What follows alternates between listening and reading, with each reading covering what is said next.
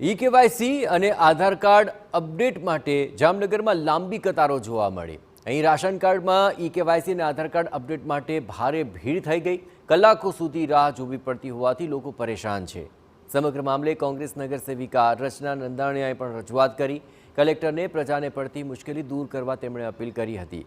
Collector અરજદારોને વધુ આધાર card કેન્દ્રો કાર્યરત કરવાની ખાતરી આપી છે અને બંધ થયેલા આધાર કાર્ડ કેન્દ્રોને ફરી કાર્યરત કરવા માટે સૂચના આપવામાં આવી છે।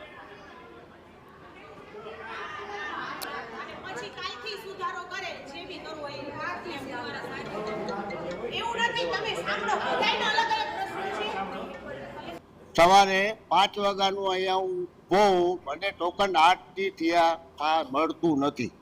અમારી ફેમિલી ધક્કા ખાઈ ખાઈને વહી ગઈ છે તો ટોકન અને આ જે ટોકનની બારીઓ છે એ વધારો અને અહીંથી જે રોજના ખાલી 40 ટોકન આપે છે એના બદલે 200 જેવા ટોકન કરો એવી માંગ કરી છે।